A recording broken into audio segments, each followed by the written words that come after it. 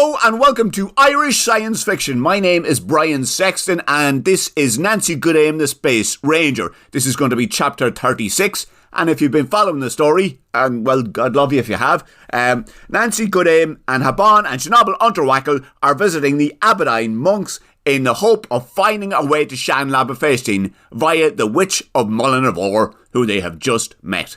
Anyway, a hen, a daw and a tree, and away we go.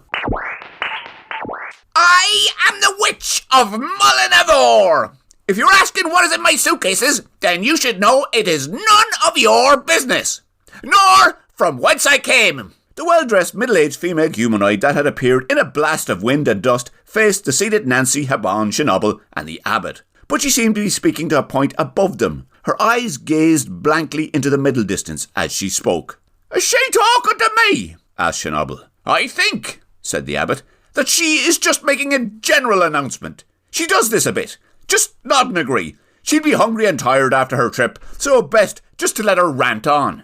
The abbot then stood up from the bench and walked into the large, badly maintained shed next to it, the which was about 10 feet away from where Nancy, Habon and Shenobble were sitting. There was no other sign of life in the large forest clearing. The business of a witch is nobody's but that witch's, so don't ask me what I was up to. Nobody asked you anything, said Shenobble. Quiet, you big dope, hissed Habon. Didn't the abbot just tell you to go along with her? I was just telling her that. Silence you! For any more disrespect, and I will cast you into Hallubalberry.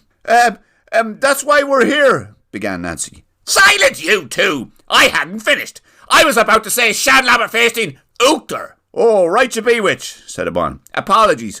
My two friends here, they're not used to speaking with the enchanted. Did I tell you to speak? Asked the witch. She kept her blank stare aimed at a point in the middle distance. It was not clear who she was talking to. No, are we supposed to have permission or something? Asked Shenobble. Quiet, will ya?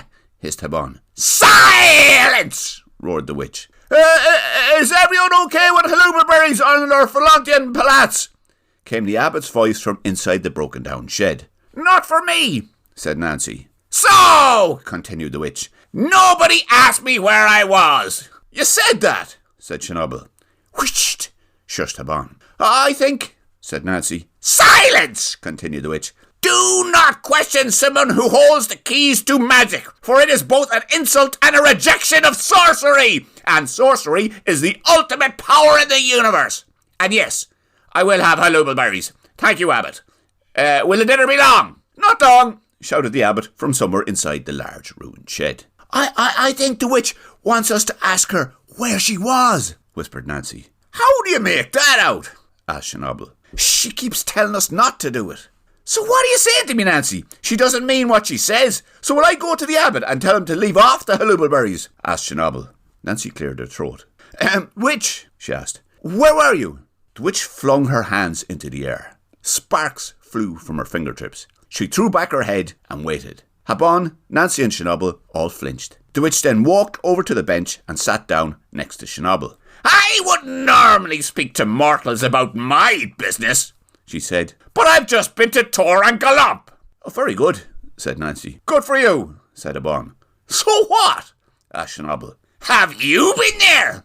Asked the witch. Where? The back of the shed behind you. Where do you think? What? Asked Shenobble. Tor and Galump. That was a rhetorical question. You haven't been there. Only us magic folk get to go there because it's amazing. So that's the so what. And was it nice? Asked Nancy. Nice is not the word. It was amazing. Incredible views out across the sea of uncertainty. Amazing nighttime aurora. And all the fish you can eat. Oh, said Nancy. Did they have Hallubalberries? Asked the abbot from inside the large, partly ruined shed. No, they did not, replied the witch. Then it is lucky you came back early. I'm about to serve you some on top of Falontian Palats, said the abbot. And it's the first time anyone in the Aberdeen order has ever done so. So it should be great. Fine, said the witch. But I can't help thinking, abbot, that you're trying to make light of my description of Tor and Galump in front of these guests. And you know something, that place is great. If it was so great, then why did you come back? Asked Shenobble. Whisht, you big idiot, hissed Habon. That is none of your business, yelled the witch. And anyway, it's not my fault that the locals in Tor and Galump are prudish. Nancy, Shenobble and Habon sat in silence. Nancy could smell hot food being prepared behind her. It smelled of meat. It was nothing she recognised, but it was appealing. She suddenly remembered how hungry she was. "Is it my fault that they're prudish?" asked the witch loudly. "How in the name of Bongerland would we know, you daft old hag?" muttered Shenobble. "I heard that," snapped the witch. "And I'm not old. I'm only in the middle of my life. Sure, what age are you then? You look like you were buried in the swamp of Roranleth for 12 eons and only dug up this morning." "That's very specific," noted Habon. "But you know, witch, you're right. He does look old and haggard." "Ah, now," said Shenobble. "You're no great shakes yourself, Habon. Did you ever see your own reflection?" "The food is ready," shouted the abbot from inside the shed. "I think we'll have it outside as it's a nice day. You three push up on the bench so myself and the witch of Mullinavore can have space." Nancy looked around to see the abbot emerging from the half-broken wooden door of the large shed at the centre of the clearing, with 5 small wooden buckets with long wooden handles. He walked to the front of the bench and placed 4 of them in front of Nancy, Habon and Shenobble, and handed one to Nancy. "There you go. Yours is the one without Hallubalberries," he said. The witch grabbed one of the buckets by its wooden handle and shoved up further on the bench next to Shenobble. She placed the bucket onto her lap and began scooping handfuls of its content into her mouth. "Not bad! Not bad for a priest!" she said, chewing and spitting as she did. The abbot grabbed another bucket and sat at the opposite end of the bench to the witch. Shenobble and Habon quickly grabbed their own buckets and began eating. "Pure muck," said Shenobble, as he scooped and swallowed his first mouthful. Nancy looked down at the small wooden bucket the abbot had handed her. It contained greenish-brown slime that smelled delicious. She tasted a mouthful. It tasted delicious. "Thank you," she said. "Thank the gut if you want to be thankful," said the abbot. "For without the Bongerland, there would be no food." "Or hunger," noted the witch. Several small chunks of food fell from her mouth as she spoke. "Indeed," noted the abbot. Shenobble, Nancy, Habon and the abbot all ate from their buckets. "Yeah," said Habon, and vomited dramatically onto the ground in front of the bench. "That was a bit rude," noted the abbot. Habon placed her bucket on the ground, staggered to her feet, and made to walk, collapsed, farted, and puked again. "If you don't want your food, do you mind if I have it?" asked Shenobble, though it was more of a statement than anything else, as he swiftly picked up Habon's bucket, poured the contents into his own, and continued eating. Sloppily. "Your 3 friends are extremely rude. They insisted on asking me where I had been on my holidays. Can you imagine asking a witch such a thing? I had to tell them I'd been to Torringallump and that it has incredible views out across the Sea of Uncertainty, an amazing nighttime aurora, and all the fish you can eat." "Ah, well, at least now they know," noted the abbot. "I should have introduced them to you, witch. This one is called Nancy, from Earth. This one is Shenobble, and the one puking on the ground over there is called Habon. They're looking to get to Shanlabberfeirstein." "Shanlabberfeirstein?" "I don't feel so good," said Shenobble. "Well, that may be the Gut's way of teaching you not to be greedy," noted the abbot. "You just help yourself to more than your share of food." It might be the Hallubalberries," said Nancy. "Very wise, Arthur. The gut has expressed itself through the poisonous hallucinogenic properties of Hallubalberries." "Poisonous?" gasped Shenobble. "In a way," said the abbot. "In a way that makes you sick but does not kill you. Well, of course, unless you were well used to eating them, like us monks. Not many people eat them regularly enough to be able to stomach them, what with the severe hallucinations they always cause. I was surprised you wanted them. It looks like that was a mistake on your part. And by Habon too. Ah, well, the convulsions will only last for a while." "Shanlabberfeirstein?" asked the witch for a second time. "Yes," said Nancy. "And why would you want to go there?" We're trying to find a colleague of mine," said Nancy. "His name is Bart McMorrow." "Bart McMorrow?" asked the witch. "Yes," replied Nancy. "Never heard of him," noted the witch. "Me neither," added the abbot. "But I have heard of Shanlabberfeirstein. It is a rocky, barren, forgotten, foul-smelling, unmotorious wasteland. Why would your friend go there?" I don't know," said Nancy. "The Geronimus Flomp just told me that's where he was, and that he was in danger." "Danger of what?" asked the witch. The Flomp didn't say." "Typical," said the witch. "I'd say probably danger of death. Are you sure it wasn't Shanlabberfeirstein Uchther the Flomp was talking about?" "No, it was Shanlabberfeirstein." "Right, because if it was Shanlabberfeirstein Uchther your friend went to, he's probably already dead." "So, do you know how to get there?" asked Nancy. "Of course I know how to get there," said the witch. I am very well travelled. I'm just back from Torrengalub, and only us magic folk get to go there. And it's amazing. There's incredible views out across the Sea of Uncertainty, an amazing nighttime aurora, and all the fish you can eat. What was the weather like when you were there? Asked the abbot. Not too bad. I had a bit of rain on the first day, but after that it was sunny. I don't know why I brought 2 suitcases though. You don't need much there, just some light summer clothes. You needed the break, noted the abbot. I did, especially after everything Obleron put me through. I always thought that wizard was a bit of a flute, swanning about the place like he was better than everyone else. I don't know what you ever saw in him, witch. I still sometimes wonder where himself and Schlocht ended up, said the witch. They're both dead, said Nancy. What? How? When did that happen? Asked the witch. Oh, that was chapters 12 and 14. The wizard Oberon was eaten by a marmsticle, and Schlocht, he had an accident, said Nancy. Eaten by marmsticles, ha! said the witch. She then grinned. Eaten by marmsticles, she said for a second time. Well, I'm delighted, she noted. Delighted to hear that. Good, very good. Right, so do you know how to get to Shenobble? Asked Nancy. Of course I do. I know where everywhere is. Would you like to go there now? Because you've put me in a good mood. Thank you. But what about your 2 friends? I'm not sure they're in a fit state to go anywhere. The witch was right. Both Habon and Shenobble were on their hands and knees vomiting into the ground. Neither looked fit to travel. Is it far? Shenobble, I mean, asked Nancy. Very, very far. 618 galumps through 6 different biomes, 9 mountain ranges as far as the tectonic expanse that lies on the rocky shore of the Sea of Uncertainty, so very, very far. Though I can have it there in an instant. Can we go? Asked Nancy. We could, said the witch. But I'll have to open up an interspatial portal, which I don't mind doing. I fancy a bit of a wander to let the food go down, which was very nice, by the way, and thank you, Abbot. You're welcome, witch. I don't think those 2 would agree with you, though, said the abbot, pointing to the kneeling, puking Habon and Shenobble. Good point, noted the witch. And I don't want either of that pair puking up on the inside of one of my interspatial portals. Have a word with them, Nancy, will you? Nancy stood up and walked over to Habon and Shenobble. Sorry, Habon, she said. Shenobble, I don't know if ye heard all that, but the witch has offered to use her interspatial portal to bring us to Shenobble, only she's worried that one of you'll get sick on the inside of it. Said Habon. Shenobble farted loudly.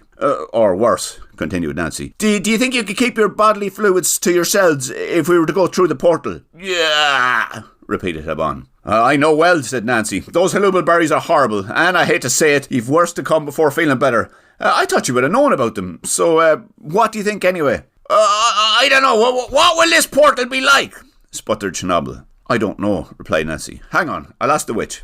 Nancy turned to face the witch, who was still seated on the opposite end of the abbot on the wooden bench in front of the ruined shed at the centre of the clearing known as the Abbotine Monastery. What is your interspatial portal like, witch? That's a bit of a personal question. One I would take offence at were you not an extraterrestrial. But in future, if a magical being offers you the use of their interspatial portal for a post-meal expedition, be sure and avoid asking them what it'll be like, because it comes across as cheeky and ungrateful.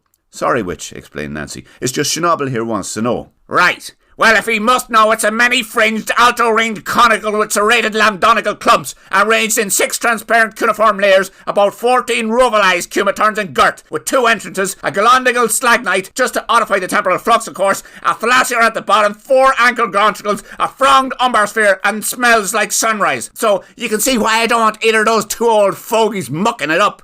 Right, said Nancy, who then turned back to Shenobble. Did you hear that, Shenobble? She asked. No, sputtered Shenobble. What did she say it was like? Fairly big. So, there's plenty of room, replied Nancy. Good, sputtered Habon. Just one thing, though. Try not to puke inside it. Why? Coughed Shenobble. The witch doesn't want it getting dirty.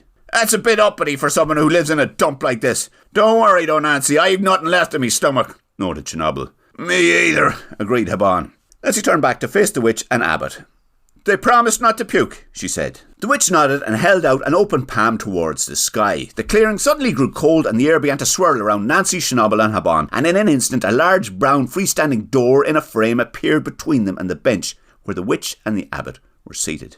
You'll have to come round round, said the witch. The door opens this side. Nancy walked, and Habon and Shenobble shuffled to the bench that faced the door. The witch stood up, walked towards it, and opened it. A short, multicoloured corridor suddenly appeared on the other side of the frame of the open door. Come on, she said. The last one in, shut the door behind you. We don't want anything from Shenobble Feasting Oakter making its way back to Jupiter proper. Nancy briefly thought about asking why, and then thought the better of it. She waited as Habon and Shenobble shuffled through the door and into the bright corridor. She stepped in after them and swung the door closed. It instantly disappeared, as did the bright corridor. Nancy found herself standing knee-deep in mist, surrounded by a strong smell of hydrogen sulfide.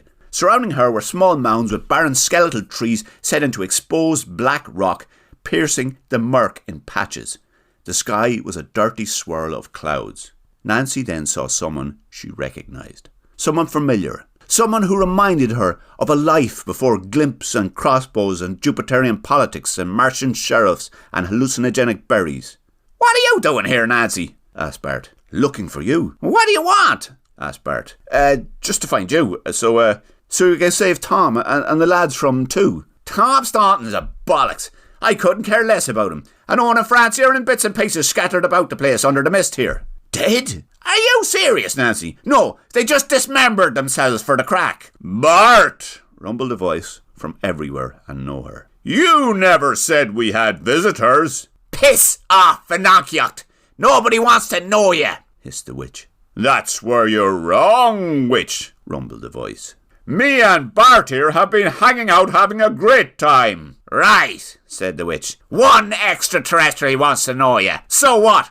None of the rest of us here do. Not me, not the extraterrestrial with the crossbow, and not even the filthy pair of ancient puke-stained Bondrosnians. So piss off. We're trying to walk the dinner down, and we've had Hallubalberries, and the last thing we need is your discarnate ramblings in our ears. It'd give us indigestion. And that was it for the late evening on the 5th day of the first human expedition to another planet. European Space Agency Mission Specialist Nancy Goodame McGinley, European Space Agency Mission Specialist Bart McMorrow, a power-hungry Jupiterian autocrat, hallucinogenic berries, an underground army of sorts, Shenobble Feasting Oakter, the interspatial portal of a house-proud witch, and the last remaining copy of the Book of Bongerlon, adrift on the Sea of Uncertainty on Jupiter. Okay, thanks for listening, folks. That's the end of Chapter 6. I'm hoping to have Chapter 37 done by the end of this week. So depending on when you're listening to it, that is sometime in the past or future. But it'll be out probably, hopefully, fairly soon. And again, anyone that's been following the whole thing through, thank you very much for listening, and chat to you soon.